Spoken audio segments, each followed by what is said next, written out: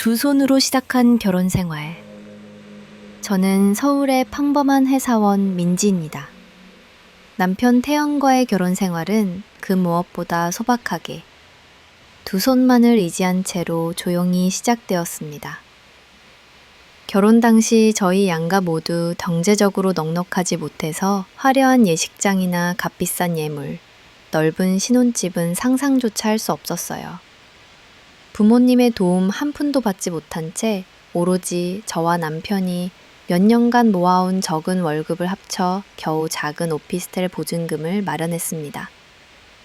결혼 준비라 해봐야 정말 모든 걸 줄이고 서로에게 꼭 필요한 것들만 챙기는 수준이었습니다. 웨딩드레스는 몇 시간 대여하는 하는 상품을 인터넷으로 찾아 빌렸고 예물 반지도 은으로 된 아주 소박한 반지 하나씩만 준비했습니다. 결혼식도 가족과 가까운 친지, 소수의 친구만 초대한 소박한 예식이었어요. 신혼여행도 호화로운 해외여행은 꿈도 못 꾸고 근교의 작은 펜션에서 이틀간 조촐히 보냈습니다. 그럼에도 불구하고 저와 남편은 서로에게 평생을 약속한다는 사실만으로도 마음이 벅차고 행복한 미래에 대한 기대감이 컸죠. 신혼집에서의 첫날은 잊지 못할 기억입니다. 새 가구를 살 엄두가 안 나서 친구나 동료들이 물려준 오래된 식탁, 냉장고, 침대와 함께 시작했습니다. 가전제품이 낡아 고장이 나면 직접 매뉴얼을 찾아가며 고쳐 쓰기도 하고 새로운 커튼이나 작은 장식품 하나 사는 것도 신중했습니다. 저녁엔 둘이서 마트에서 사온 저렴한 재료들로 식탁을 차리고 전날 회사에서 있었던 소소한 일상과 앞으로의 미래에 대한 이야기를 나누었습니다. 돈이 넉넉지 않아도 서로를 위해 커피 한 잔 아껴가며 작은 행복을 소중히 여겼습니다.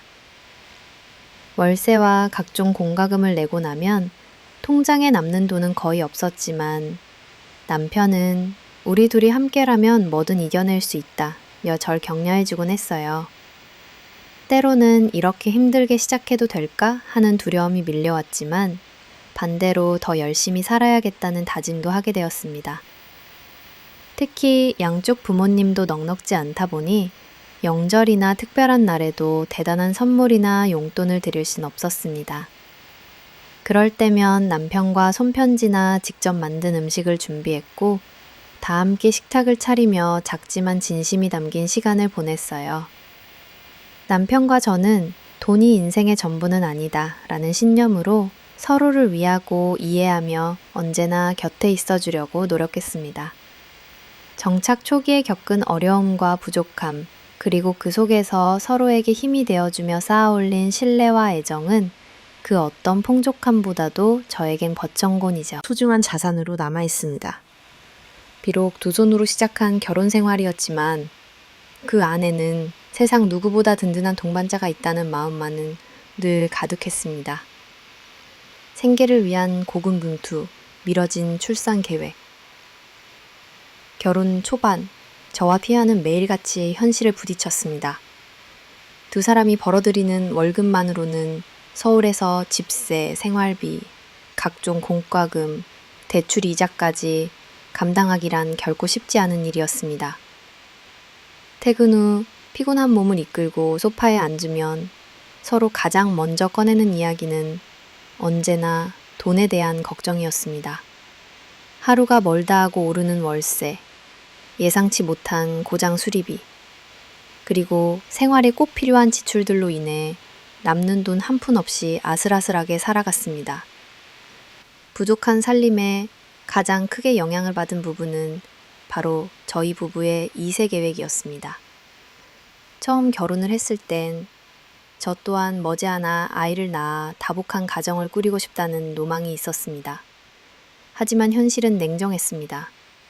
아이를 낳고 기르기 위해선 주거비, 산후조리, 육아용품, 병원비 등 세세하게 들여다보면 감당 안 되는 비용이 한두 가지가 아니었습니다. 남편과 저는 밤마다 서로를 위로하며 아직은 때가 아니라는 결론을 반복했습니다. 더 안정될 때까지 조금만 더 기다리자. 우리 벌이로 아이까지 책임질 수 있을지 걱정이 돼 나는 남편의 말에 저도 고개를 끄덕일 수밖에 없었습니다. 아이는 축복이지만 책임지지 못한 축복은 결국 불행의 씨앗이 되기 쉽다는 걸 우리 두 사람은 잘 알고 있었습니다. 주말마다 주변 공원에서 아기와 산책하는 또래 부부를 마주칠 때면 마음 한켠이 허전해지기도 했습니다. 그러나 같은 시기에 결혼한 친구들이 출산과 육아로 고생하는 모습을 가까이에 지켜보며 저희의 결정을 이해하고 서로를 달랬습니다. 때로는 친구들이 아이 생일잔치에 초대할 때 근슬에 미안하고 부러워질 때도 있었지만 아직은 우리에게 순서가 아니다 싶었습니다. 생계를 이어가기 위한 노력은 여기서 그치지 않았습니다. 저는 추가로 야근도 마다하지 않고 남편 또한 부수입을 벌기 위해 주말마다 아르바이트를 하기도 했습니다. 저녁 식사를 마치고 소파에 나란히 앉아 예능 프로그램을 보면서 아이 목소리 대신 결코 줄지 않는 카드 명세서를 함께 들춰보는 날이 많았습니다. 서로 지친 얼굴로 오늘 하루를 위로하다 보면 자연스럽게 언젠가 여유가 조금만 더 생기면 그때 아이를 꼭 가지자는 다짐을 되풀이하곤 했습니다. 부모가 된다는 것이 단순히 아이를 낳는 일이 아니라 책임지고 사랑으로 길러낼 수 있는 준비가 되어야 한다는 생각에 저희는 스스로에게 솔직해지려 했습니다. 부족한 수입, 빠듯한 예산 속에서도 미래에 대한 희망을 잃지 않으려고 애썼습니다. 언젠가는 웃으며 두 손 꼭 잡고 아이 울음소리에 집이 시끌벅적해지는 날이 올 거라는 믿음을 안고 오늘도 우리는 땀 흘려 일하며 미래를 준비하고 있습니다. 이렇게 치열한 현실 속에서 저희 부부의 출산 계획은 각각의 이유로 계속 미뤄졌지만 그 시간 동안 서로를 더욱 이해하고 더 단단한 관계로 성장해 나갈 수 있었습니다.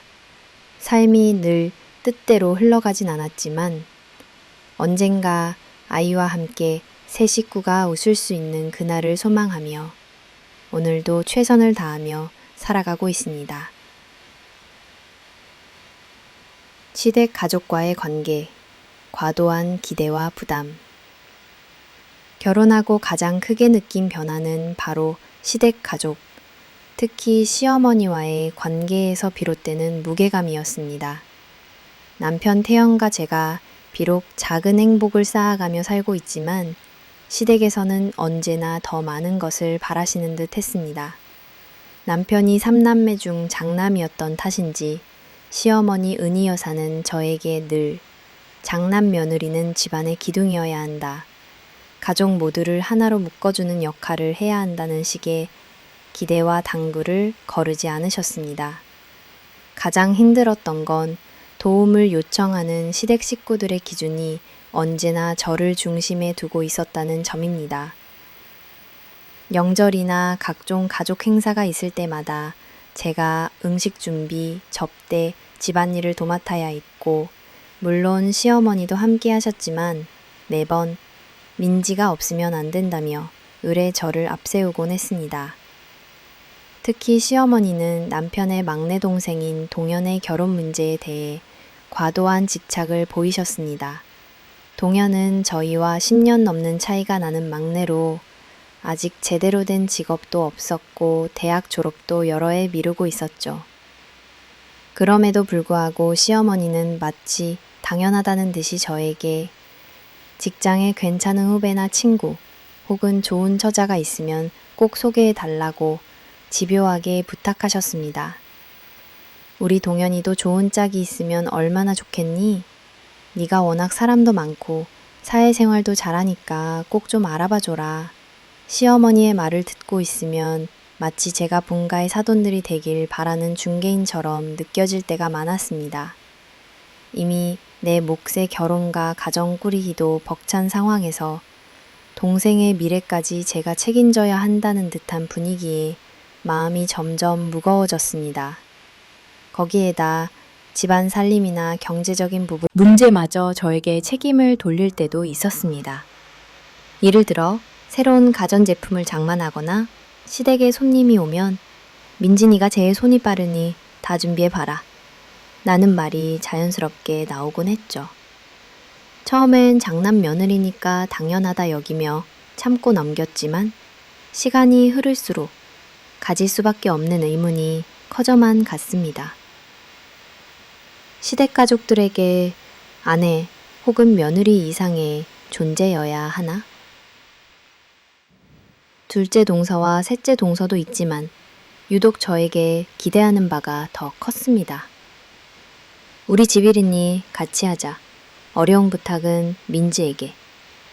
나는 암묵적인 약속처럼 말이죠. 이런저런 이유로 점점 제 어깨 위 책임과 부담은 무거워졌고 남편 역시 그런 가족 분위기에 오랫동안 익숙해져 있었기에 저의 답답함을 온전히 이해하지 못했습니다. 때로는 제 의견이나 감정이 무시되거나 조롱당한다는 기분이 들 때도 있었습니다. 시어머니뿐만 아니라 시아버지, 시동생들도 우리 장남 며느리는 뭐든 할 수 있을 거야 라며 칭찬인지 압박인지 알 수 없는 말을 종종 던지셨죠. 이런 분위기에 휩쓸릴 때면 내 가정, 나의 행복보다는 시댁을 위한 삶에 점점 매몰되는 듯한 두려움이 밀려왔습니다. 저는 시댁이 가족이지만 동시에 결혼한 한 명의 개인이자 직장인, 아내로서 살아가야 할 인생이 있다는 걸 항상 강조하고 싶었지만 시댁의 기대와 전통적 사고방식이 이를 가로막는 현실이 참 씁쓸하게만 느껴졌습니다. 대화로 풀어보려 해도 다 네 덕분이라 그래. 너만한 며느리 어디 있겠냐. 고 칭찬으로 넘어가는 경우가 대부분이었고 결국 저만 마음이 힘들어졌습니다. 점점 말수가 줄어들고 조용히 참아 넘기는 날들이 늘었습니다. 나중에는 가족 모임이나 중요한 자리마다 자연스럽게 저에게 기대가 쏠리는 분위기를 외면할 수도 정면으로 반박할 수도 없어서 스스로를 자책하기도 했죠. 이렇듯 시댁 가족의 과도한 기대와 요구는 때때로 저와 남편의 관계에도 금이 가게 만들었고 결혼 생활의 무게감을 더욱 크게 느끼게 만든 가장 큰 원인이 되었습니다. 시동생을 도와야 한다는 부담과 내 자신이 느끼는 소외감, 결혼 생활이 이어질수록 내 어깨를 짓누르는 가장 큰 짐 중 하나는 바로 시동생 동현에 대한 가족의 기대와 그로 인해 내가 겪게 되는 크고 작은 손해와 상실감이었다. 남편 태연의 막내 동생 동현이는 어릴 때부터 부모님의 보호 아래 자라 나이에 비해 사회 경험도 적고 정식으로 직업을 갖거나 미래에 대한 뚜렷한 목표가 없어 보였다. 처음 결혼했을 때만 해도 시동생 문제는 내 일이 아니라고 생각하며 한 발 물러서 있었지만 시간이 지날수록 시댁의 시선과 기대로부터 자유로울 수 없게 되었다. 가장 직접적인 부담은 시어머니가 나에게 회사에 좋은 후배나 친구 있으면 동현이 좀 소개해줘. 너는 사람들하고 두루두루 잘 지내니까 동생 좀 챙겨봐라. 등등 계속해서 부탁을 반복한다는 점이었다. 물론 처음에는 가볍게 넘기려 했으나 시도 때도 없이 반복되는 요구에 나중엔 내 일상마저 흔들릴 정도로 스트레스를 받게 되었다. 아직 학생인 동현이가 졸업도 못했는데 정말 소개를 해줘도 좋은 결과가 있을까? 하는 의구심도 분명히 있었지만 시댁에서는 늘 네가 좀 희생하면 가능하다는 논리로 몰아갔다. 이런 부탁을 거절하면 나는 이기적인 며느리라거나 가족애가 부족한 사람으로 여겨지는 분위기가 자연스레 형성되었다. 음으로 양으로 시어머니와 시댁 식구들은 네가 능력 있는데 조금 힘을 내보는 게 뭐가 힘드니 모두 가족이 잘 되길 바라는 마음일 뿐이야 처럼 미묘한 압박을 이어갔다. 몇 번이고 정중히 거절해도 다음엔 정말 도와줘야 한다고 당부했다. 가끔은 동현이조차 본인 일에 큰 의욕도 없으면서 형수, 혹시 좋은 사람 있으면 소개 좀 시켜줘요. 라고 말하거나 아무렇지 않게 내게 고민 상담을 어필하기도 했다. 친정 집안에선 경험해 본 적 없는 이런 분위기는 처음엔 많이 어색하고 당황스러웠다. 어쩌다 한 번은 동현이가 내 자동차를 빌리겠다고 남편을 통해 청해왔고 회사 면접이나 학교 과제 탓이라는 말에 선뜻 빌려줬지만 며칠 뒤 돌아온 차는 쓰레기가 굴러다니고 기름도 바닥난 채였다. 남편에게 항의해도 막내니까 너그러이 이해하라 는 뻔한 답만 돌아왔다. 이런 상황이 반복되면 내 안에 남모를 서운함과 상실감이 쌓였다. 나도 누군가의 딸이고 가족이지만 시댁에선 늘 희생하고 베푸는 며느리 혹은 형수의 역할만 요구받는 듯했다. 동현이의 문제는 동현이와 그의 부모가 함께 책임져야 마땅하지만 현실에서는 언제나 그 부담이 나에게로 자연스럽게 넘어왔다. 심지어 명절이나 가족 모임 자리에서도 시댁 식구들은 내게 동현이 일은 어떻게 돼가느냐, 네가 좀 살뜰히 챙겨줘야 하지 않겠느냐고 노골적으로 말하곤 했다. 이런 분위기 탓에 나는 여러 차례 남편과도 다투게 되었다. 네 동생은 네 가족이니까 네가 신경 써야지. 왜 내가 늘 엄마 역할을 해야 해? 라는 내 말에 남편은 가족끼리는 원래 이런 거다. 네가 좀 더 이해해주면 안 되냐며 오히려 내 성격을 탓했다. 어느 순간부터 나는 시댁에서 막내 챙기는 며느리가 아닌 그저 당연히 희생해야 하는 대상이 되어버린 기분이었다. 뿐만 아니라 내 노력이나 할애하는 시간, 감정에 대한 보상이나 이해는 전혀 돌아오지 않았다. 오히려 그 정도도 못해지냐 민지가 있어서 우리는 참 든든하다 같은 부담스러운 말들만 돌아왔다. 이런 과정에서 내 자존감은 조금씩 깎여나가고 친정과의 차별적인 대우에 억울함이 쌓여만 갔다. 가끔씩은 내가 사실 동현이 인생의 도움이나 보조 인생으로 살아가는 게 아닌가 하는 회의마저 들 때가 있었다. 내가 겪는 이 아픔과 노력은 누구에게도 위로받지 못하는 외로운 싸움이었고 시댁을 가족으로 받아들이려 했던 마음도 점점 시들해졌다. 이렇게 시동생을 위해 끊임없이 희생하고 내 바람과 계획을 뒤로 미뤄야 하는 삶은 결국 내 행복과 권리를 앗아가는 숨겨진 손해였다는 걸 결혼 생활이 계속될수록 더욱 절실히 느끼게 되었다. 책의 무리한 물질적 요구와 그로 인한 상처, 나를 가장 힘들게 만든 것은 시댁의 현실을 외면한 지나친 물질적 요구들이었습니다. 결혼 초기부터 시어머니 그리고 시댁 어른들은 유난히 체면과 가시적인 풍요를 중시했습니다. 내가 직장 생활로 허리띠를 졸라매고 남편 월급까지 합쳐 겨우 생활을 유지하는 와중에도 시댁집에는 언제나 더 크고 비싼 가전제품, 명절 선물, 모임 준비 등에 대한 요구가 쏟아졌죠. 명절이 오기 전 어느 날 시어머니는 갑자기 전화를 걸어 이번에는 냉장고가 너무 오래돼서 바꿔야겠다. 네가 요즘 회사 잘 다니지? 조금 보태줄 수 있니? 라고 조심스럽게 말하셨습니다. 나는 당황하면서도 거절하기 어려워 결국 내 카드로 밸류모어 냉장고를 할부로 구입해드렸죠. 나중에 남편과 상의해도 그는 엄마가 한번 요청하는 거니까 이번만 참아주면 안 되겠냐? 라며 내 고민에 공감하지 못했습니다.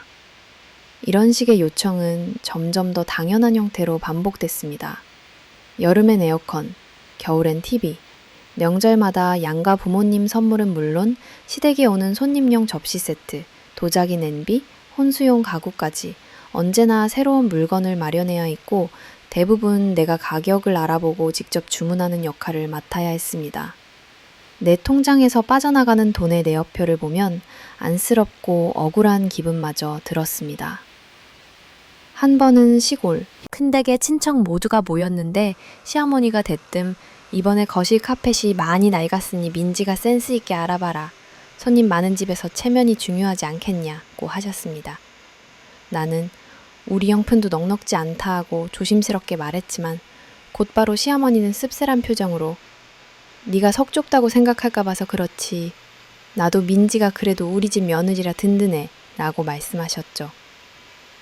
이처럼 직접적으로 요구하지 않을 때도 나 아니면 안 돼 라는 분위기가 형성되었습니다.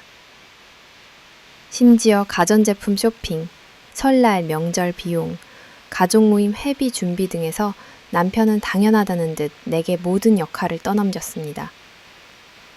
내가 어떻게 이렇게 부담을 다 내게 맡기냐고 말하면 그는 다 가족끼리 배려하는 거고 우리 엄마도 나중엔 다 돌려줄 거다고 말하며 넘어갔지만 실제로 도움을 받은 적은 거의 없었습니다. 이런 상황이 반복될수록 나는 내 가정과 시댁의 경계가 사라지는 걸 느꼈습니다. 내가 번 돈과 시간, 노력은 점점 내 가족보다는 시댁 가족의 기대와 체면을 위해 쓰였고 그 과정에서 내 존재는 더욱 투명해졌습니다. 집을 꾸미거나 새로운 가구를 마련해야 할 때도 남편과 상의하는 일 없이 곧장 시댁 요구부터 해결하는 게 일상이 되었죠. 시댁의 각종 모임이나 가족 행사가 있을 때마다 민지, 이번에도 준비 잘 해주지? 네가 알아서 해오면 내가 책임질게 라고 말씀하시던 시어머니의 말투 그 자체가 내게는 긴장의 신호였습니다. 사실 남편 집안뿐 아니라 내 친정에서도 명절 선물이나 손님 준비가 필요했지만 정작 내 부모님께는 제대로 챙겨드릴 여유가 없다는 점이 더욱 속상했습니다. 남편에게 이 문제로 여러 번 진지하게 이야기해봤지만 그는 오히려 내가 민지 너에게 기대는 게 아니라 네 자리에서 할 일을 하는 것뿐 이라며 시선을 돌렸습니다.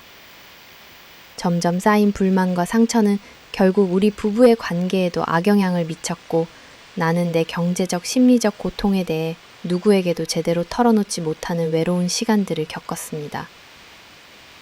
더구나 시댁의 물질적 요구는 단순한 부탁에서 점점 명령이나 의무처럼 변해갔으니 한 번이라도 내가 거절하면 요즘 시집며느리가 이렇게 속이 좁다는 핀잔이나 가족 모임에서 대놓고서 우리 며느리가 우리 집을 챙기는 마음이 조금 부족하다 하는 말까지 들어야 했습니다. 심지어 시어머니는 사람들 앞에서 민지가 이런 건 잘 못 챙긴다고 쓴웃음을 짓기도 했어요. 나와 남편의 수입이 모든 가족 행사와 집안 다려제불무이나 대소사에 당연히 써야 하는 돈이 돼버린 겁니다. 이렇게 반복된 무리한 물질적 요구는 저의 경제적 압박뿐 아니라 정서적으로도 불행을 키웠습니다. 내 생활은 점점 더 조여들었고 언젠가부터는 은근히 내 자존감마저 깎이는 것을 느꼈습니다. 시댁의 요구에 비해 내 노력이 존중받지 못한다는 생각이 강해지고 나 자신을 점점 잃어가는 느낌에 몹시 힘들었습니다. 아마도 이런 문제에 대해 더 일찍 단호하게 목소리를 냈더라면 결과가 달라졌을지도 모릅니다. 그러나 가족의 평화, 남편의 체면, 시댁 어른들의 채통이라는 명분에 가려 나는 늘 자신의 필요와 희생을 뒤로 미루곤 했죠. 그 과정에서 나는 나 자신을 잊고 살았다는 사실을 뒤늦게 깨달았고 이런 무리한 기대와 물질적 요구는 결국 나의 결혼 생활에 큰 금이 가는 결정적 계기가 되었습니다. 탁독학턴의 무책임함이 우리 가정에 남긴 상처와 깨달음. 결혼 초반에는 우리 둘만의 소박한 행복으로 충분할 거라 생각했습니다. 물론 경제적 여건이 넉넉하지 않다는 건 이미 잘 알고 있었지요. 그래서 남편과 저는 합리적으로 생활비를 분담하고 각자의 통장은 최대한 절약하면서 어떻게든 작은 가정을 꾸려나가려고 손을 맞잡았어요. 하지만 시간이 흐를수록 저는 점점 혼자서 여러 가지 짐을 짊어진 채로 버티고 있다는 사실을 깨닫기 시작했습니다. 남편은 매달 월급이 들어오자마자 고정적으로 생활비 일부를 저에게 주었습니다. 겉으로 보기엔 공정하게 분담한 부부처럼 보일 수 있지만 실상 제가 부담하는 몫과 마음을 기울이는 무게는 결코 같지 않았어요. 생활비를 제외하고 남은 돈으로 남편은 개인적인 취미나 친구들과의 술자리 또는 시댁에 소소하게 쓰는 일들에 지나치게 관대했습니다. 어느 날은 남편의 카드 명세서를 우연히 보게 되었는데 그 안에는 가족 모임에 보탠 큰 돈, 친구 생일 선물, 별도의 외식 비용 등 제가 알지 못했던 지출이 가득했습니다. 그 순간 저 혼자만 긴축하고 있다는 억울함이 밀려왔죠. 더 큰 문제는 남편이 함께하는 미래의 계획보다는 현재 자신의 만족에 치우쳐 있다는 점이었습니다. 저는 늘 집을 마련해야 한다는 걱정, 앞으로 아이를 낳고 기를지 모른다는 불안감, 혹시라도 부모님이 아프시거나 갑작스러운 지출이 생길 경우를 고민하며 밤 늦게까지 통장 잔고를 계산하곤 했어요. 반면 남편은 아직 생각이 그다지 중요하지 않았던 것 같습니다. 저는 종종 남편과 진지하게 대화를 시도했습니다. 이번 달엔 어쩔 수 없이 아껴야 할 것 같아. 내년엔 집 계약 갱신이 있으니까 이번엔 명절 준비 조금 절약하는 게 어떨까? 와 같은 이야기를 꺼내면 남편은 곧잘 피곤한 얼굴로 대답을 회피하거나 그래도 우리도 누릴 건 누려야지 라며 불평을 하곤 했습니다. 그런 남편의 태도는 제 마음 깊은 곳에 실망과 외로움을 점점 키워놓았습니다. 한 번은 월세와 각종 공과금 납부일이 겹쳐 통장 잔고가 바닥나기 직전이었습니다. 저는 불안한 마음에 남편과 함께 예산을 점검하고 다음 달의 지출 계획을 다시 짜보기로 했죠. 하지만 남편은 그렇게까지 스트레스 받지 마. 우린 아직 빚이 많지 않아. 라며 제 불안을 대수롭지 않게 여기는 듯 했습니다. 심지어 며칠 지나지 않아 친구들과의 여행 경비를 현금으로 송금하기도 했습니다. 그 순간 제 희생에 대한 남편의 무관심이 더 이상 참기 어려운 상처로 다가왔습니다.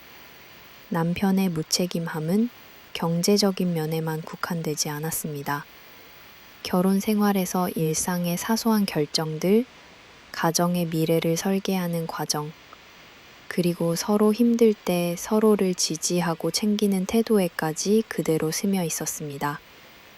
예를 들어 집안의 청소나 장보기, 명절 준비와 같은 보이지 않지만 반드시 필요한 일들은 언제나 저의 몫이 되었습니다. 남편은 겉으로 고마워, 힘들지? 라고 말은 하지만 실질적인 분담이나 배려는 찾기 어려웠어요. 우리 부부에게 가장 중요한 시기, 예를 들면 새로운 계약을 앞두고 돈을 모아야 한다거나 갑작스럽게 가족 중 누군가가 아플 때면 제 기대와 달리 남편은 적극적으로 의견을 모으는 게 아니라 문득 모든 상황을 남의 일처럼 받아들이는 태도를 보이곤 했지요. 어떤 때는 그의 감정적 거리감에 억울하면서도 자존심이 상한 적도 많았습니다. 집안 사정이 힘들 때 함께 버텨내려는 의지가 상대적으로 약하다는 걸 실감할 때마다 제 노력과 인내가 허무하게 느껴지곤 했습니다. 한 번은 저희 부모님께서 산책 중 사고를 당해 갑작스럽게 병원에 입원하게 된 적이 있었습니다. 저는 즉시 친정에 달려가 병원을 오가며 부모님을 챙겼지만 남편은 요즘 회사 일도 바쁜데 굳이 매일 갈 필요 있냐? 며 의아해했습니다.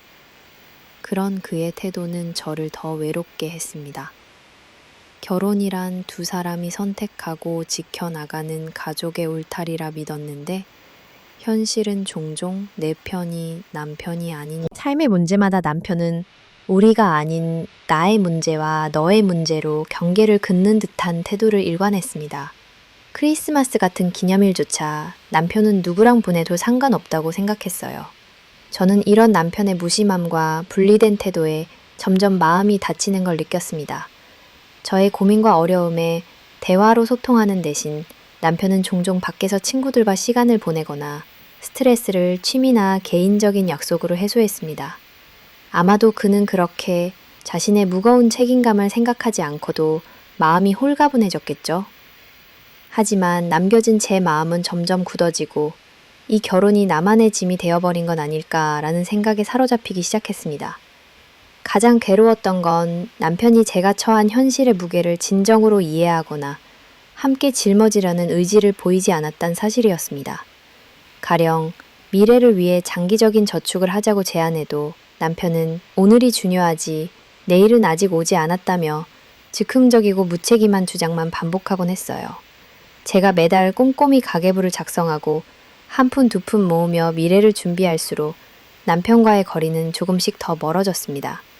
이런 일상이 반복되면서 저는 서서히 결혼 생활 그 자체가 저에게 주는 의미가 무엇인지 자문하게 되었습니다. 우리 가족의 행복과 미래를 위한 고민은 늘 저의 몫이었고 남편은 쉬운 일만 하며 사는 것에 익숙해져 갔습니다. 실제로 남편은 직장 생활에서도 큰 야망이나 변화의 욕구가 없었고 그저 일상의 안락함에 머물려 했기에 제 속은 늘 조급할 수밖에 없었습니다. 신혼 초 남편이 서로를 믿고 의지하자, 앞으로 힘든 일이 있어도 함께 해결해 나가자라고 했던 다짐이 머릿속을 스쳐 지나갈 때마다 그 약속이 점점 희미해져가는 현실을 보며 저는 혼자만의 책임감과 두려움을 견뎌야 했습니다. 아이를 낳아 키우는 꿈도 더 나은 집으로 이사하자는 계획도 남편에게는 해야 할 숙제가 아니라 그저 막연한 이야기일 뿐이었습니다. 저는 종종 내가 남편보다 더 많이 고민하고 우리 가족을 위해 더 깊이 책임지고 있는 것 아닐까란 생각에 사로잡혔습니다. 반면 남편은 하루하루를 즐기며 가급적 짐을 나누지 않으려 했기에 그런 태도에 점점 지쳐갔지요. 친구, 친정식구, 회사 동료들 앞에서도 잘 참고 사는 아내가 되어야 한다는 부담이 점점 벅차올랐습니다. 심지어 경제적인 무책임뿐 아니라 가족 간의 의사소통이나 결정 과정에서도 남편의 태도에 실망할 일이 많았습니다. 저희가 살던 집에서 각종 고장이나 문제가 생기면 남편은 대체로 저에게 해결을 맡기거나 내가 잘 아는 사람이니까 한번 알아봐 라는 말만 남겼습니다. 내가 해결사, 주도적 조력자가 돼야만 일상이 굴러가는 현실이 반복될수록 저 자신의 정체성이 남편을 보조하는 조용한 그림자처럼 변해가는 느낌이 들었습니다. 남편은 경제적 부담에 대해서도 스스로 책임을 느끼기보다 문제가 생기면 그때 가서 생각하자는 태도를 보였습니다. 아파트 관리비가 갑자기 인상됐던 어느 겨울, 저는 가계부를 확인하며 남편에게 다음 달에는 외식이나 친구 모임을 줄이는 게 좋겠다고 부탁했지만 남편은 일시적으로 듣는 척하다 며칠 안가 예전의 소비 패턴을 되풀이했습니다. 그럴 때마다 저는 더 단단해지려고 애쓰면서도 깊은 좌절과 무력함을 느꼈죠. 한 번은 남편이 갑자기 차를 바꾸고 싶다고 했던 사건이 있었습니다. 실상은 중고차였지만 저희 살림 기준에선 상당히 큰 지출이었죠. 저는 집을 조금 더 넓히는 게 우선이고 당장은 필요하지 않다고 여러 번 설득했지만 남편은 이왕이면 더 좋은 차를 타고 다니고 싶다며 자신의 뜻을 굽히지 않았습니다. 결국 남편은 가족 계획을 무시한 채 또 한 번 자신의 욕구를 최우선으로 선택했습니다. 이후에도 남편은 가정이라는 공동체의 가치를 실질적으로 이해하거나 실천하지 못했습니다. 생활비가 부족해 힘들다고 호소하면 내가 어디 가서 나쁜 짓 하는 것도 아닌데 왜 이렇게 구속하냐고 볼멘소리를 했어요. 저는 가족이라는 울타리 안에서 우리가 가장 중요한 우선순위를 함께 정하고 싶었지만 남편은 좀처럼 공감하려 들지 않았습니다. 점점 쌓인 불만과 외로움에 저는 밤마다 홀로 눈물을 삼켰습니다. 제가 바랐던 건 거창한 성공이나 금전적 풍요가 아닙니다. 작은 것이라도 함께 계획하고 불안할 때는 서로 당당히 이야기할 수 있는 태도와 소통, 그리고 미래에 대한 최소한의 책임감이었어요. 하지만 남편에게 그런 마음은 점점 사치처럼 느껴졌고 저는 부모님께조차 내 불행은 쉽게 속 시원히 털어놓지 못하고 지내야만 했습니다. 언젠가 남편은 회사 송년회에서 술을 많이 마시고 늦게 들어온 날, 저와 단둘이 저녁을 먹다 말고 한숨을 쉬며 이렇게 말했습니다. 요즘 사는 게 너무 재미없다. 그냥 돈만 생기면 행복할 줄 알았는데 점점 힘들기만 하네. 저는 그때 남편의 내면에 자리한 공허함과 책임 회피에 안타까우면서도 한없이 멀게만 느껴졌습니다. 무엇이 우리 부부를 이렇게까지 엇갈리게 만들었는지 스스로에게도 묻고 싶었습니다. 어느덧 결혼 3년 차, 저는 다시 예전의 저로 되돌아가고 싶다는 생각을 자주 했습니다. 내 행복은 어디쯤인가? 사랑받지 못하는 아내로 살아가는 시간이 이렇게 길어질 줄 알았다면 조금 다른 선택을 했을까? 스스로 고민하게 되었지요. 남편의 무책임함 속에서 성장한 건 결국 스스로를 더 단단하게 지키는 법, 그리고 언젠가 내 삶의 우선순위를 되찾으리라는 소망뿐이었습니다. 남편이 언젠가 진심으로 가정의 의미와 책임을 깨닫고 내 곁에 서길 바라며 저는 오늘도 묵묵히 제 삶을 이어갑니다. 하지만 이제는 더 이상 남편의 그늘에서만 살아가는 사람이 아니라 나 자신을 조금씩 다시 세워나가는 과정을 받아들이기로 했습니다. 시댁 가족에게 사랑보다 중요한 것은 오직 물질이라는 사실. 결혼 생활을 이어가며 제일 뼈저리게 느낀 점 중 하나는 남편 집안의 가족들은 물질적인 풍요와 체면, 외적인 조건을 감정, 이해심, 배려보다 훨씬 더 중시한다는 것이다. 이 사실은 결혼 초부터 작은 단서들로 드러났지만 시간이 갈수록 저는 그들의 가치관에서 벗어나기란 결코 쉬운 일이 아니라는 것을 깨닫게 되었다. 가장 먼저 체감한 건 친정가족과의 차별적인 분위기였다. 친정 부모님은 비록 넉넉하지 못해도 항상 따뜻한 말 한마디, 서로의 기분과 건강을 챙겨주는 세심함이 있었다. 주말이면 엄마는 소박한 반찬 몇 가지를 챙겨주고 아버지는 제 건강과 행복을 진심으로 걱정해 주셨다. 반면 시댁 식구들과의 만남에서는 정보다는 돈과 선물, 외형이 대화의 중심 주제가 되곤 했다. 특히 명절이나 가족 모임이 다가올 때마다 나타나는 차이는 극명했다. 친정에서는 작은 과일 바구니 하나만 준비해도 고맙다며 환하게 웃으시고 함께 집안일도 도우며 옛날 이야기를 나누는 시간 자체를 소중히 여겼다. 반대로 시댁에서는 명절 전부터 선물 목록, 음식 준비, 식사 자리의 격식까지 하나하나 꼼꼼하게 점검하며 값비싼 고급 선물이나 새로운 생활 가전이 준비되지 않았을 때 은근한 실망감을 감추지 않았다. 시어머니는 종종 민지야, 요즘 부모님들 모임이면 다들 좋은 냉장고 하나쯤은 새로 맞추더라. 남편 회사에서 동료들도 다 좋은 홍삼 세트 챙긴다는데 우리도 체면이 있는데 너가 신경 좀 써라 라고 말씀하곤 했다. 제안이 아니라 일종의 의무처럼 드릴 때가 많았고 거절할 경우 시아버지나 시동생, 남편 모두 너가 집안 큰 며느리인데 그 정도도 못하냐? 핀잔이나 농담을 섞어 압박감을 주었다. 한참 살림이 빠듯하던 때 시댁 냉장고가 고장났다며 새 가전을 사달라는 요청을 받았을 때 저는 정말 울고 싶을 만큼 괴로웠다. 저와 남편 둘 다 겨우 먹고 사는 형편이었고 저쪽도 제대로 못하는 상황이었는데 당연하다는 듯 제게 카드 할부로 결제를 부탁했다. 한 번은 조심스럽게 형편을 이야기하자 시어머니는 그래도 체면이 있으니 적당히라도 해와야지 사람들한테 부끄럽다며 저의 처지는 아예 무시해버렸다. 반면 친정 식구들은 작은 용돈 하나를 주고받을 때조차 서로 미안해하며 그 마음을 더 크게 여겼다. 이 차이는 점점 누적되어 명절만 되면 저는 심한 스트레스와 압박감을 느꼈다. 도자기 그릇 세트, 새 TV, 고급 과일 세트, 집안 청소기, 심지어 친척 모임을 위한 특별한 요리 재료까지 대부분 저의 몫이 되었고 명절이 끝나면 오히려 허탈감에 사로잡혔다. 시댁에서는 이런 것을 당연하게 여기고 감사의 표현 대신 이번 건 네가 알아서 준비했네 정도로 무덤덤하게 넘기는 일이 다반사였다. 그뿐만이 아니었다. 가족 행사나 제사, 친척의 결혼식 같은 대소사마다 시댁에서는 체면과 위신, 그리고 남들이 어떻게 보느냐에 집착하듯 집안 대표가 잘 해내야 한다고 강조했다. 심지어 남편조차 우리 가족은 좀 보여주는 걸 신경 쓴다. 민지도 적응해야지. 라는 말을 아무렇지 않게 내뱉었다. 저는 그저 가족이 함께 모이면 웃고 떠드는 게 중요하다고 생각했으나 시댁에선 겉으로 드러나는 준비, 선물의 수준, 차려지는 음식의 화려함이 대화의 첫머리를 장식했다. 한 번은 명절 상차림을 준비하며 모자란 재료를 급하게 사야 했는데 남편과 제가 서로 돈이 부족하다며 머뭇거리자 시어머니는 제게 민지가 회사 다니잖아. 이번엔 네가 좀 더 보태. 라며 마치 이 모든 것을 감당하는 게 제 임무인 양 말했다.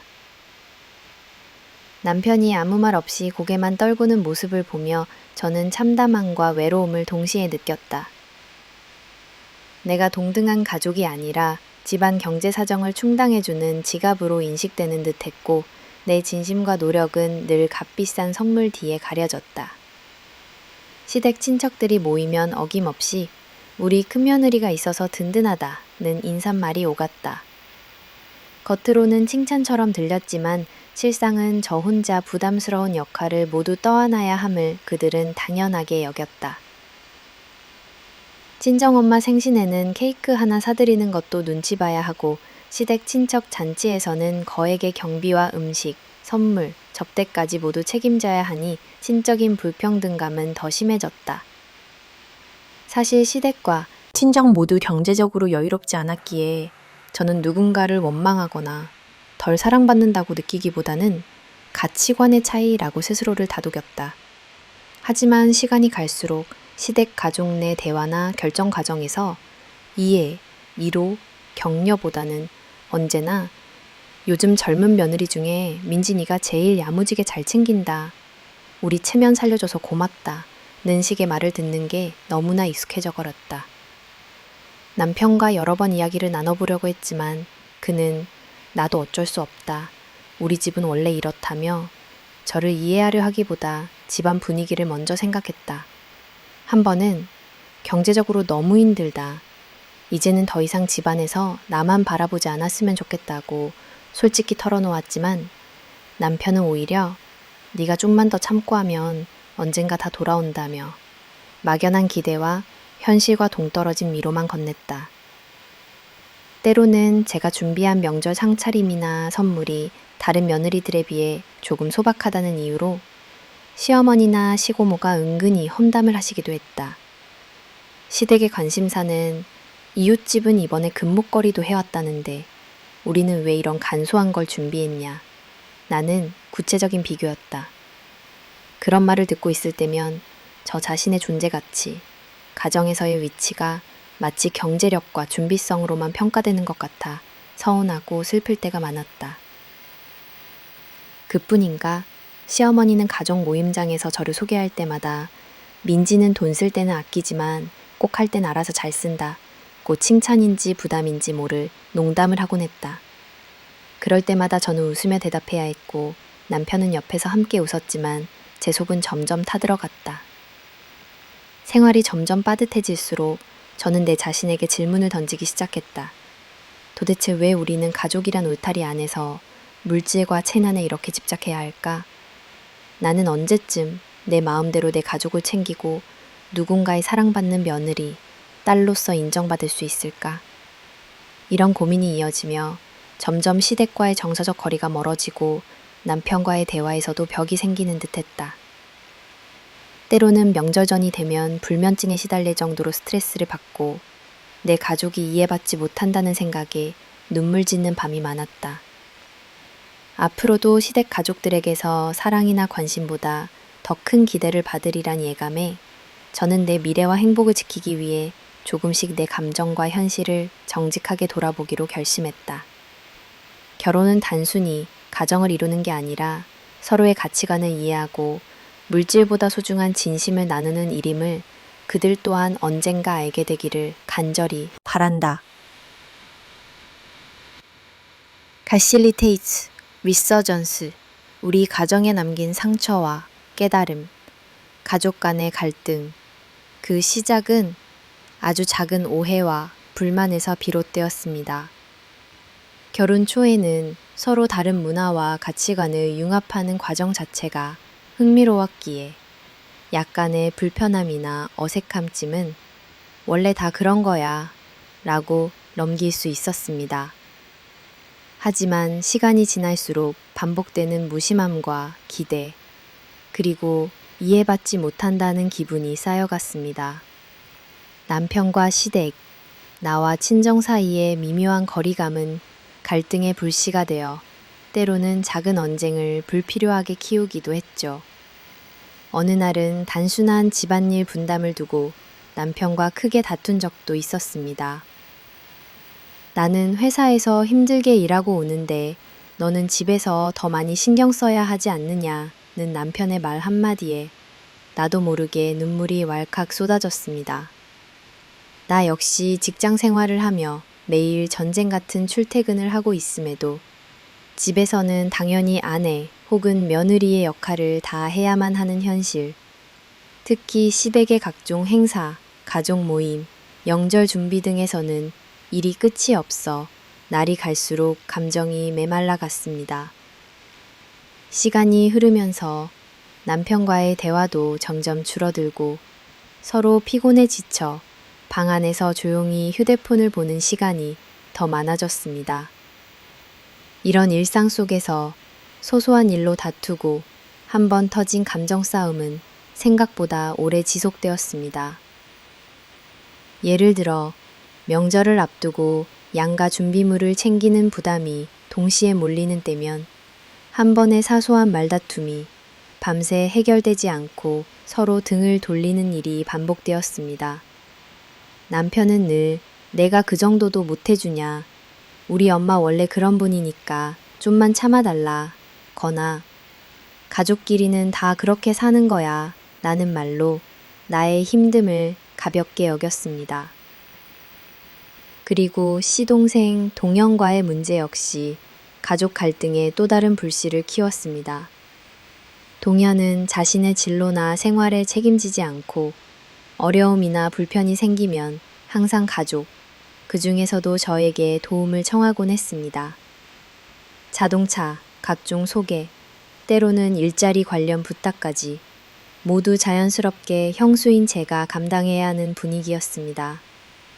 저는 당연히 짜증이 나거나 억울할 수밖에 없었고 가끔은 이런 고민을 남편에게 솔직하게 털어놓았지만 남편은 오히려 동생 편을 들거나 동생도 아직 어리고 사회 경험이 없으니까 네가 좀 더 배려해 줄 수 없겠냐고 타일렀습니다. 이런 이야기가 반복될 때마다 내 마음 어딘가에서는 분노와 무력감이 뒤섞였습니다. 나 자신을 점점 잃어가는 것 같은 두려움. 우선순위가 언제나 남편 가족의 안위로 밀려나는 불공평함이 괴롭혔습니다. 직접적으로 충돌이 생기면 일부러 밖으로 도피하거나 남편과 말하지 않는 것을 선택하게 될지요. 반대로 남편은 자신의 가족에 대한 불만을 표현하는 나의 태도를 불편하게 받아들이며 무조건적인 화합만을 강조했습니다. 가장 심각한 갈등은 금전적인 문제로 드러났습니다. 최근 몇 년 사이 물가가 오르고 월세, 공과금 등 기본적인 생활비 부담이 커지면서 우리 가족의 경제 상황은 빠듯해졌습니다. 에도 불구하고 시댁에서는 크고 작은 물질적 요구를 계속해왔고 저는 남편과 상담해가며 예산을 조절하려 애썼지만 이런 과정이 반복될수록 오히려 부부 사이의 불신과 오해만 더 커졌습니다. 특히 결혼 3년 차에 들어섰을 때 집을 장만하기 위한 자금 계획을 두고 남편과 극심하게 다툰 일이 있었습니다. 저는 몇 년간 모아온 저축이 시댁의 각종 행사나 응급 상황, 동생 지원으로 계속 빠져나가는 게 답답하고 억울했지만 남편은 부모님, 동생 모두 가족이니 어려울 때 서로 돕는 게 맞다 하며 내 입장을 충분히 존중해주지 않았습니다. 남편은 심지어 자신의 본가 가족의 요구에 노우라고 말하는 법을 아예 배우지 못한 듯 보였고 저는 점점 더 외로운 싸움을 하는 기분이 들었습니다. 이런 금전적 정서적 불균형은 가족 간의 분위기를 악화시키는 결정적인 계기가 되었습니다. 명절이나 가족 모임이 있을 때마다 왜 네가 이번에도 다 준비했냐? 네가 형수니까 좀 더 신경 써야 한다. 같은 말이 습관처럼 나오면 저는 화가 치밀면서도 한편으로 체념하게 되었습니다. 시댁의 일부 친척들은 내 노력을 인정하거나 고마워하기보다는 조금만 부족해도 요즘 젊은 며느리는 너무 요령이 없다. 혹은 우리 집안일엔 정성이 부족하다는 식으로 은근히 비난했습니다. 반면 남편은 외부적인 체면칠에 혹은 가족 평화를 중시한다는 이유로 내 불만이나 상처를 실제로는 무시했습니다. 저는 반복해서 우리 가족, 우리 집을 존중해달라고 호소했지만 남편은 가족 전체를 먼저 생각하면서 내 아내, 내 가정의 위치는 뒷전으로 밀려났습니다. 그럴 때마다 실망과 외로움, 그리고 미래에 대한 불안이 더욱 깊어졌죠. 갈등은 단순히 남편과의 언쟁이나 시댁과의 의견 차이에서 끝나지 않았습니다. 점차 친정 식구들에게까지 영향을 미쳤고 명절이나 특별한 기념일에 서로 불편한 기운이 감돌기 시작했습니다. 친정에서는 아무리 힘들어도 나에게 네, 행복이 가장 중요하다. 무리하지 말고 살아라는 따뜻한 말을 건넸지만 나는 가족 갈등을 조금이라도 숨기려 애썼습니다. 나의 고민을 꺼내기도 전에 부모님이 걱정할까 두려웠던 거죠. 시간이 지날수록 가족 내의 불안은 대화의 단절, 신뢰의 균열, 서로에 대한 냉소와 무관심으로 번져나갔습니다. 남편이 퇴근 후 아무 말 없이 스마트폰을 만지작거리고 나 역시 혼자만의 시간을 더 많이 갖게 되었으니까요. 한때는 누구보다 사랑했던 사람과 이토록 멀어진다는 사실이 믿기지 않아 밤마다 눈물 짓는 일도 빈번해졌습니다. 가끔씩은 시댁 가족과의 크고 작은 오해를 풀기 위해 일부러 급하게 선물을 준비하거나 미리 분위기를 풀기 위해 가족 여행을 제안하기도 했습니다. 하지만 이미 감정의 골이 깊어진 뒤에는 작은 노력으로 문제를 쉽게 해결할 수 없었습니다. 남편과의 사소한 다툼 하나하나가 점점 더 커져서 결과적으로 서로에게 날카로운 말을 내뱉는 일도 많아졌고 결국엔 한 사람이 집을 나가 며칠씩 연락을 끊는 극단적인 상황까지 이어지기도 했습니다. 이렇게 반복되는 가족 간의 충돌은 내게도 점점 더 큰 상처가 되었고 주변 친구들에게조차 위로를 받을 수 없을 만큼 자존감이 떨어졌습니다. 사회적으로도 남의 집안일, 부부의 일에 간섭하지 않는 분위기 때문에 결국 혼자서 해결해야 하는 외로운 싸움이 계속된 셈이죠. 점점 나는 남편뿐 아니라 가족이라는 울타리에 회의감을 느끼기 시작했고 초반엔 풀 수 있을 것만 같던 문제들이 이제는 더 이상 해결할 수 없는 벽처럼 느껴졌습니다. 결혼 전에는 그저 행복하게 함께 오래도록 기댈 수 있을 거라고 믿었는데 현실의 가족 갈등과 반복적인 쌓임으로 인해 나는 점차 내 감정조차 제대로 돌보지 못하게 되었습니다. 시댁과의 소소한 언쟁에서 시작된 상처가 남편과의 큰 싸움, 그리고 결국 나 자신의 자존감의 상처로 이어지는 과정을 거치는 동안 답답하고 우울한 일상이 되었습니다. 남편과 시댁 가족이 기대하는 이상적인 며느리 아내 역할과 나 자신이 바라는 건강한 가족의 모습은 점점 더 멀어졌습니다. 오랜 시간 참고 참아도 변하지 않는 현실 앞에서 결국 한계를 느끼게 되었고 때로는 이런 선택과 희생의 연속에 회의감이 들기도 했습니다. 결국 이러한 갈등과 소통의 부재는 우리 가족을 더 이상 건강하게 유지하기 어렵게 만들었습니다. 작은 다툼이 큰 싸움으로 번지고 그 과정에서 서로에 대한 신뢰와 애정이 조금씩 닳아 없어졌습니다. 내가 긍정덕에 이 결혼에서 추구했던 행복과 평안, 그리고 가족 구성원 모두가 서로에게 위로가 되는 삶은 더 이상 나와는 먼 얘기처럼 느껴졌습니다. 시간이 흘러서야 나는 비로소 내 마음의 짐이 얼마나 컸는지, 그리고 이런 관계 속에서 스스로를 얼마나 잃고 살았는지 깨닫게 되었습니다. 가족 간의 갈등이 반복될수록 나는 내 존재를 위해, 그리고 새로운 행복을 위해 더 단호하게 변해야 한다는 결심이 들었습니다. 이제는 타인의 기대와 체면이 아니라 나 자신을 위하는 선택이 필요하다는 사실을 오랜 시간의 상처와 고통 끝에 비로소 받아들이게 되었습니다.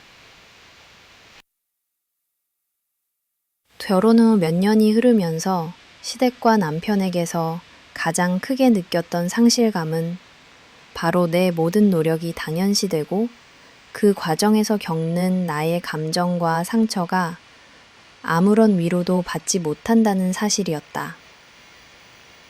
처음에는 며느리는 원래 고생하는 자리, 나는 말을 한 귀로 듣고 흘려보내려 했지만 시간이 지날수록 내 존재가 가족을 위해 희생하는 역할에만 국한된 듯한 현실이 뼈아프게 다가왔다. 더구나 나의 헌신이 최소한의 인정이나 따뜻한 말 한마디로 돌아오는 일도 드물었다. 대표적으로 시동생 동현이의 졸업과 취업 문제는 내게 커다란 스트레스였다.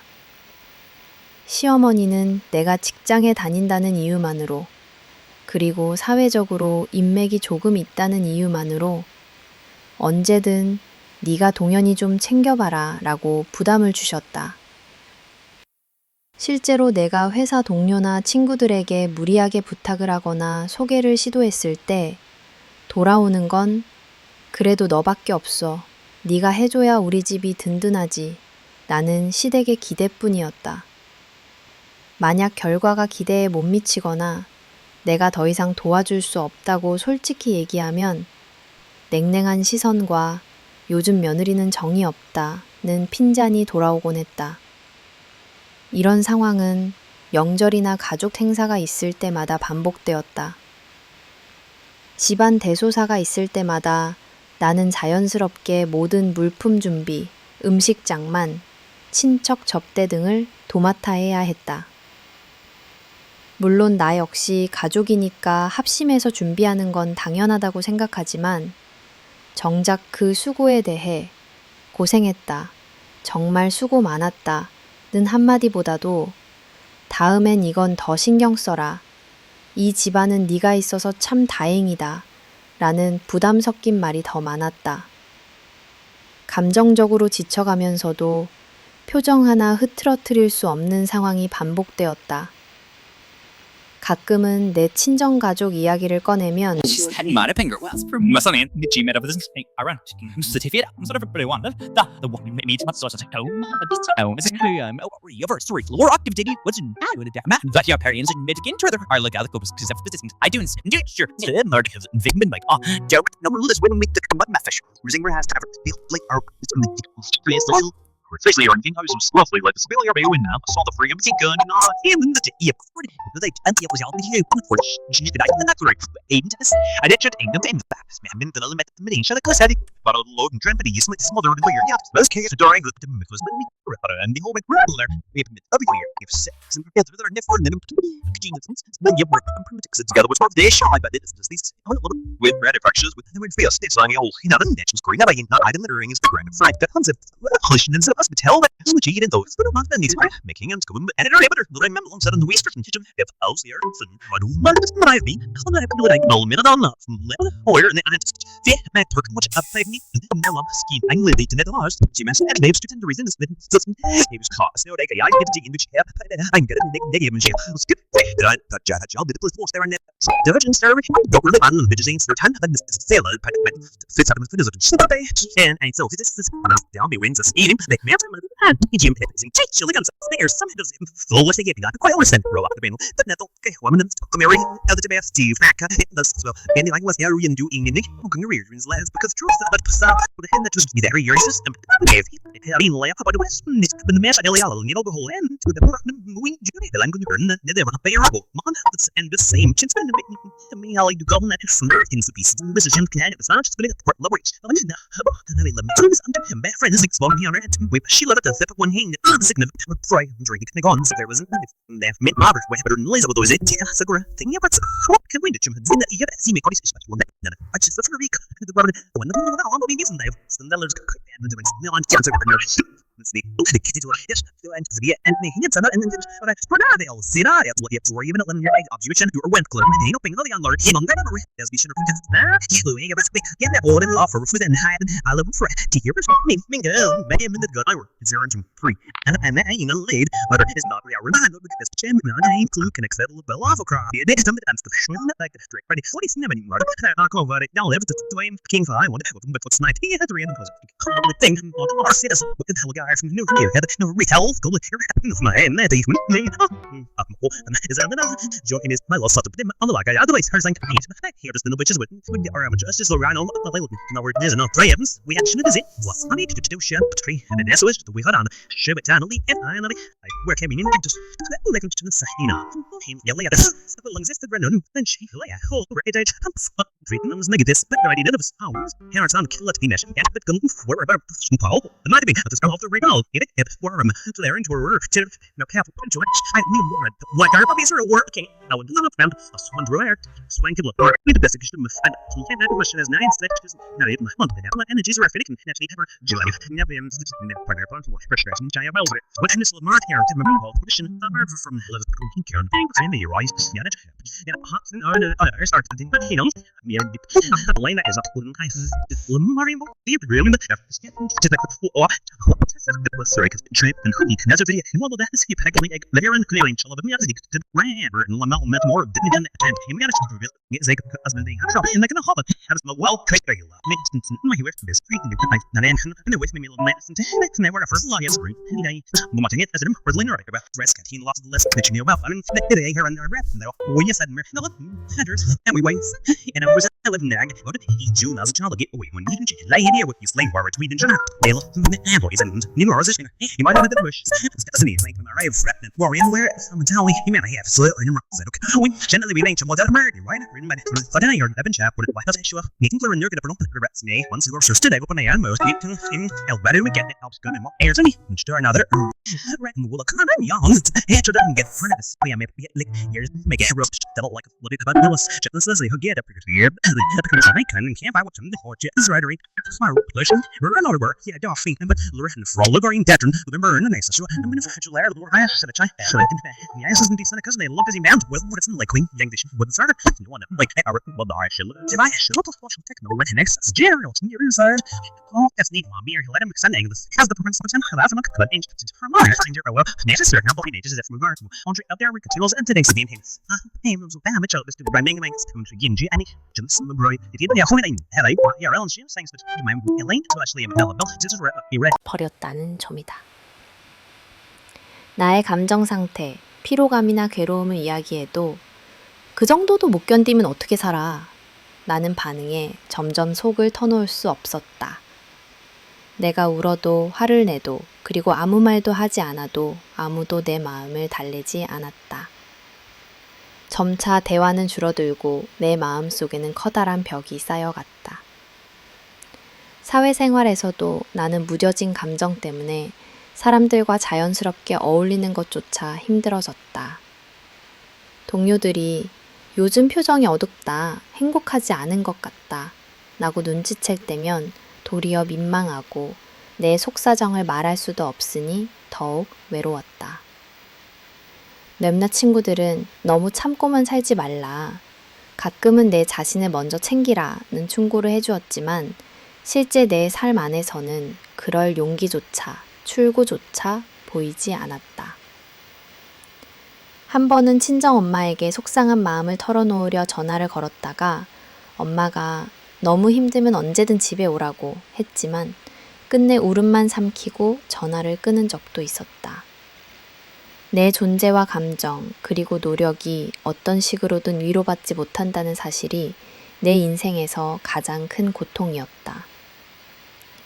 이렇게 계속되는 무시와 복합적인 상처가 쌓여가면서 나는 점점 나는 무의미한 존재가 아닐까, 내가 아무리 최선을 다해도 아무도 인정해주지 않겠구나, 나는 자괴감에 빠졌다. 점차 내 일상이 우울함과 무기력함에 잠식당하고 예전의 밝은 웃음이나 긍정적인 마음은 사라져만 갔다. 특히 내가 한 일이 실패하거나 결과가 좋지 않았을 때 돌아오는 냉대는 나를 더욱 힘들게 했다. 시동생의 취업이 잘 풀리지 않았을 때 의례적으로 네가 더 잘 알아봐야 했다는 식의 암시 또는 노골적인 핀잔이 돌아오곤 했다. 가족이란 이름 아래 도와주는 게 당연한 일이라 여기는 분위기에서 내가 실패의 책임까지 떠안아야 한다는 건 참을 수 없는 상처였다. 반대로 친정에서는 작은 실수도 괜찮다, 다음엔 더 잘할 수 있다, 여 푸근히 감싸주었기에 그 차이가 더욱 크게 느껴졌다. 남편과의 사소한 다툼 후에도 내 화해 제스처나 진심 어린 대화 시도는 대개 무시되거나 그만 좀 하라고 회피당하기 일쑤였다. 조금 더 배려받고 위로받고 싶다는 나의 욕구는 예민한 사람, 감정 과잉이라는 부정적인 꼬리표로 바뀌었다. 집안 경제 문제로 힘들거나 일에 치여 지칠 때도 그 감정을 표현할 창구는 온전히 나 혼자뿐이었다. 이렇게 마음속에 쌓인 분노와 슬픔, 좌절은 점점 나를 지치게 만들었다. 밤이면 베개를 적시며 몰래 눈물을 삼켰고 아침이면 아무렇지도 않은 힘을 내야만 했다. 때로는 내 존재에 의문을 가지며 나는 왜 이 가족의 일부로 살면서도 가족 안에서 소외됨을 느끼는 걸까 자문하곤 했다. 그래서 내 인생을 다시 돌아보게 되었고 내 감정의 가치를 인정하고 스스로 아껴야겠다는 다짐을 하게 되었다. 남들에게 인정받지 못해도 누군가 내 노력을 폄하하더라도 이제는 내 행복을 위해 작은 것부터 내 마음을 돌보고 내 힘으로 변화의 출발점을 만들어야겠다고 느꼈다. 그 상처들이 아직도 아리지만 결국 나만이 내 삶의 주인이라는 사실에 조금씩 용기를 내고 있다. 갈등의 정점, 돈과 이기심의 벽. 결혼 생활이 점점 깊어질수록 나는 한 가지 사실을 뼈저리게 느꼈다. 바로 돈 문제가 커져갈수록 마음의 거리도 멀어진다는 것이다. 처음에는 서로의 미래를 함께 그리는 줄 알았고 작은 월급을 아껴 쓰며 소박한 신혼을 보내는 데에도 만족해했다. 하지만 어느 순간부터 남편은 더 큰 것을 원하기 시작했다. 그에게는 안락함과 체면, 그리고 자기 만족이 최우선이었고 나는 불안과 실망, 그리고 분노에 점점 잠식되었다. 가장 충격적이었던 순간은 우리가 마침내 내 집 마련의 꿈을 이루기 위해 절약을 하던 어느 날이었다. 나는 작은 적금이라도 차곡차곡 쌓아가야 한다고 남편을 설득했다. 그러나 그는 내 말을 귓등으로 듣지도 않았고 오히려 최신형 고급 외제차를 사고 싶다고 막무가내였다. 현실적인 재정을 설명하자 그는 인생 한 번인데 원하는 걸 해야지 라며 내 노력을 한순간에 무너뜨렸다. 나에겐 미래가 소중했고 남편에겐 그날의 쾌락이 더 중요했다. 더 억울했던 건 남편이 시부모님을 위한 효도나 가정의 경제적 안정을 이야기할 땐 늘 입만 달콤했다는 점이다. 엄마, 아빠한테는 내가 직접 용돈도 챙길 거야. 우리도 잘 살 수 있잖아. 라고 말했지만 실제로 월급이 들어오고 나면 금세 자신의 사치품, 취미, 동호회 모임비로 지출해버렸다. 정작 부모님께는 제대로 드린 적도 없고 내가 챙긴 용돈까지 자신의 욕심을 채우는 데 썼다는 사실을 알게 됐을 때의 배신감은 이루 말할 수 없었다. 어느 날 나는 조용히 남편과 함께 예산표와 계좌 내역을 펼쳤다. 가계부를 세워가며 앞으로의 계획을 설명했지만 남편은 시큰둥하게 듣고는 돈 거리니까 숨 막혀. 네가 알아서 하든지 라며 나를 밀어냈다. 그 순간 나는 더 이상 신뢰도 기대도 말할 수 없는 존재가 되어가고 있음을 직감했다. 내가 지친 마음을 겨우 추스르고자 하면 시댁 식구들은 내게 또 다른 요구를 들이댔다. 명절만 되면 큰돈을 요구했고 남편은 뒤에서는 내 입장도 들어주지 않으면서 겉으로는 무조건 그 편에 섰다. 네가 우리 가족 될 거라며? 우리 집도 챙겨야지 라는 말에 나는 매번 이유 없는 빚쟁이가 된 듯한 심정이었다. 문제는 내가 아무리 현실적인 어려움을 호소해도 남편은 자기 합리화만 반복했다. 나는 어릴 때부터 부족하게 살아서 그래. 이제는 나도 좀 행복해지고 싶어. 라고 말하며 자신의 무책임과 이기심을 정당화했다. 내 입장이 어떻든 내 마음이 다쳐도 남편에게 중요한 것은 오직 자기 감정과 물질적 만족뿐이었다. 결국 갈등의 골은 점점 깊어져만 갔다. 우리는 돈을 모으자고 협의했지만 남편은 번번이 자신의 쾌락과 체면을 위해 약속을 어겼고 나는 그런 현실에 피로와 환멸만 쌓여갔다. 시댁까지 나서서 내게 책임을 전가할 때마다 나는 더 이상 남편과 동료가 아니란 사실을 절감했다. 함께 뭔가를 이뤄가는 파트너가 되기에는 그는 너무나 자기중심적이었다. 가끔 가까운 친구나 친정엄마에게 고민을 털어놓으면 그래도 남편이 힘들어서 그런 거 아니겠니? 네가 조금만 더 이해해봐. 나는 위로가 돌아왔다. 하지만 나는 이제 알았다. 결혼이라는 이름 아래서 내 행복과 자존심, 미래까지 희생할 이유가 없다는 것을.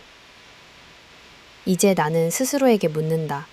내 마음을 소모시키는 이 결혼, 돈과 이기심에 가로막혀 언제까지 버틸 수 있을까? 남편은 변하지 않았다. 나에 대한 배려도 가정에 대한 책임감도 없었다. 오직 자기가 누릴 쾌락과 외적인 허영만큼만 중요했다.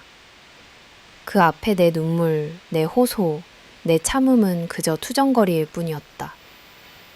이 결혼의 끝에 남은 것은 빈 통장과 상처뿐이었다. 나는 스스로에게 결심했다. 이기적이고 물질에 집착하는 상대와 더 이상 같은 길을 걷지 않겠다고. 그리고 내 선택이 두려웠지만 어쩌면 오랜만에 내 자신을 소중히 여기게 하는 첫걸음이었다.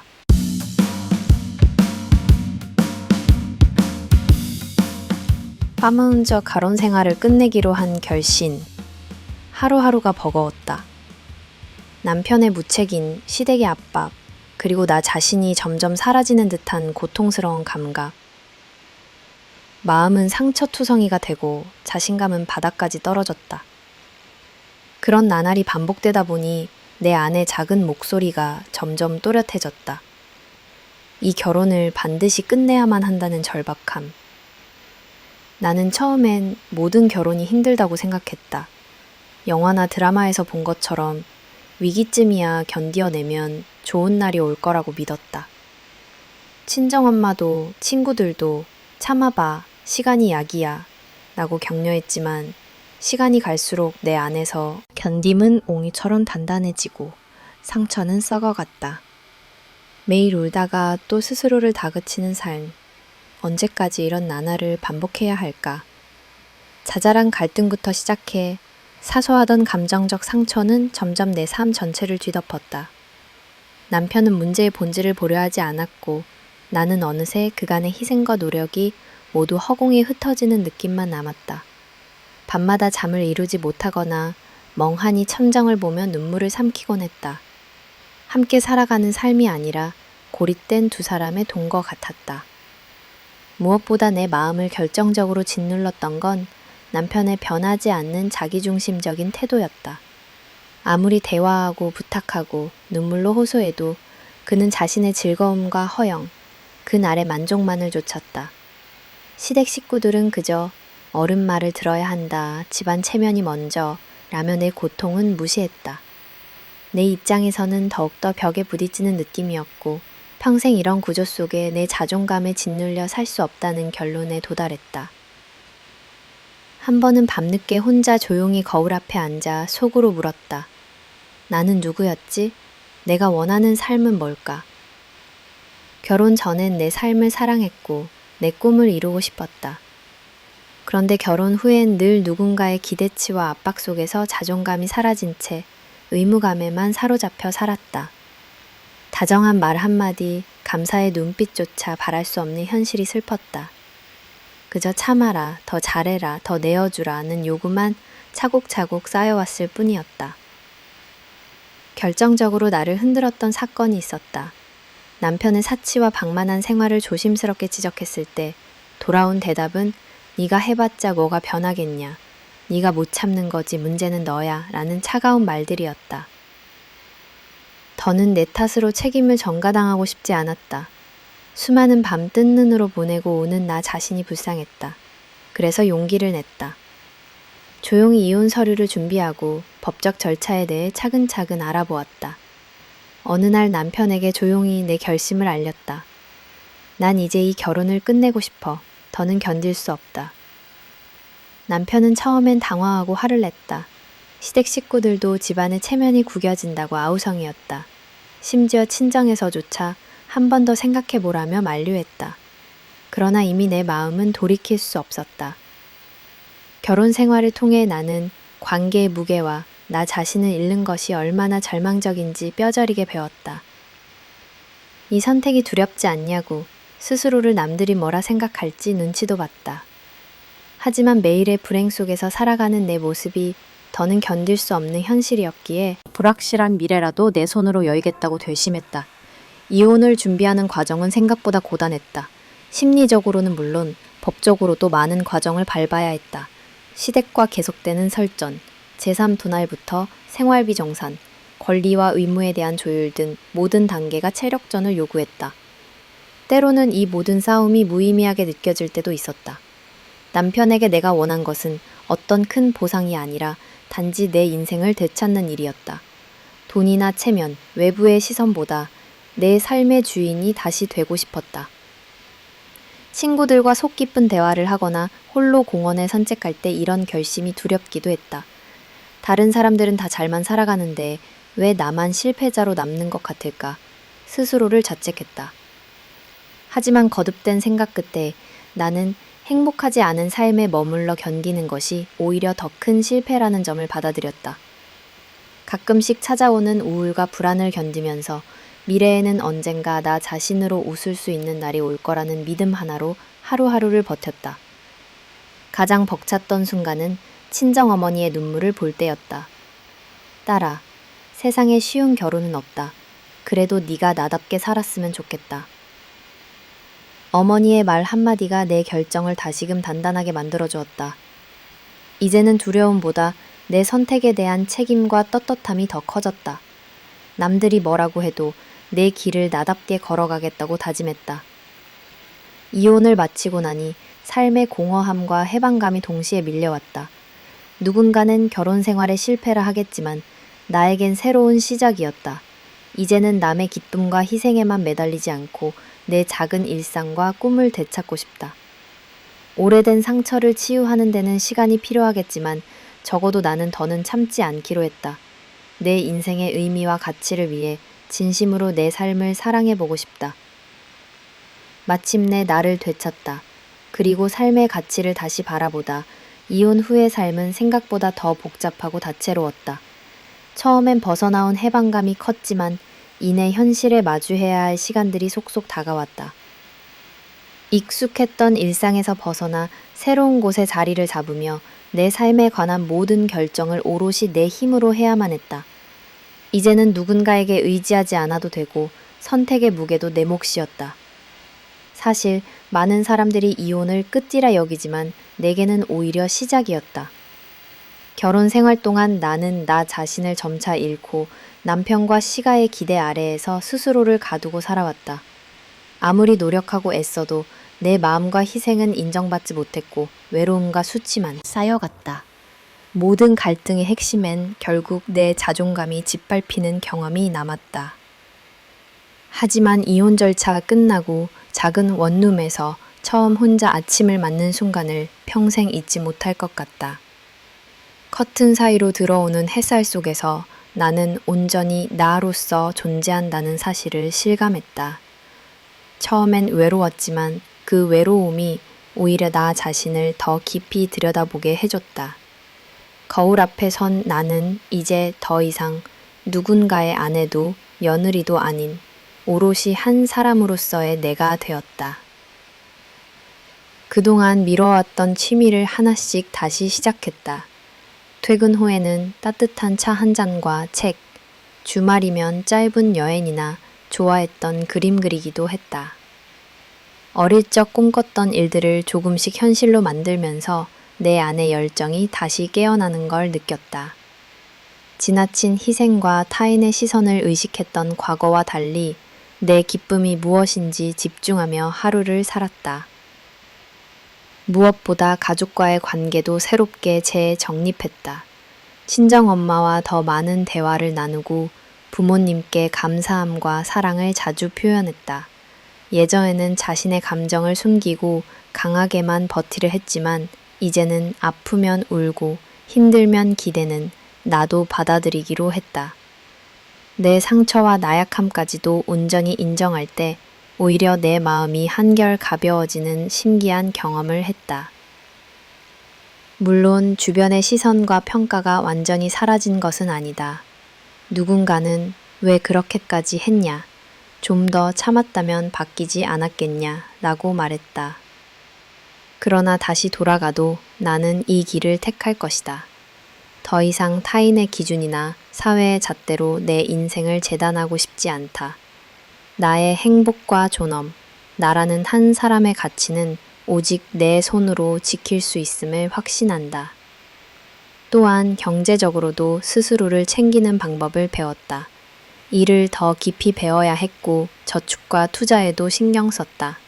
언젠가는 나만의 공간, 나만의 삶을 꾸려갈 수 있으리라 믿으며 하루하루 다짐했다. 힘든 상황이 닥치더라도 과거처럼 주저앉지 않았다. 나라는 뿌리가 단단해질수록 작은 성공과 성취가 쌓이고 다시 도전할 용기도 생겼다. 이혼 이후 새로운 인간관계도 시도했다. 처음엔 모든 사람이 두렵고 좀처럼 마음의 문이 열리지 않았다. 하지만 취미 모임에서 좋은 친구를 사귀고 주변에 나와 비슷한 경험을 한 이들을 만났다. 서로의 이야기를 공감하고 응원하면서 더는 실패자라는 굴레에 가둬지지 않게 되었다. 오랜 상처 위에도 다시 꽃이 피어날 수 있다는 걸 내 삶을 통해 확인한 순간이었다. 앞으로의 인생에 완벽한 정답이 있는 건 아닐 것이다. 분명 외롭거나 슬픈 밤이 올지도 모른다. 그러나 나는 이제 알게 되었다. 내 삶의 주인은 바로 나라는 사실을. 누군가에 의해 흔들리는 인생이 아니라 내 꿈과 가치로 길을 만들어 가고 싶다. 내 이야기가 누군가에게 작은 위로와 용기가 될 수 있다면 그 자체로 충분히 의미 있다고 생각한다. 이제는 매일 나에게 이렇게 말한다. 잘 살았다. 충분히 애썼으니 이제는 좀 더 나를 사랑할 시간이다. 어제의 아픔과 상처를 끌어안고 오늘의 나를 마주하며 내일은 또 한 걸음 새로운 곳으로 나아간다. 내 인생 최고의 결정이자 시작점이 된 이혼을 계기로 진심으로 나 자신을 존중하고 내 행복과 삶의 가치를 찾으며 살아가고 싶다.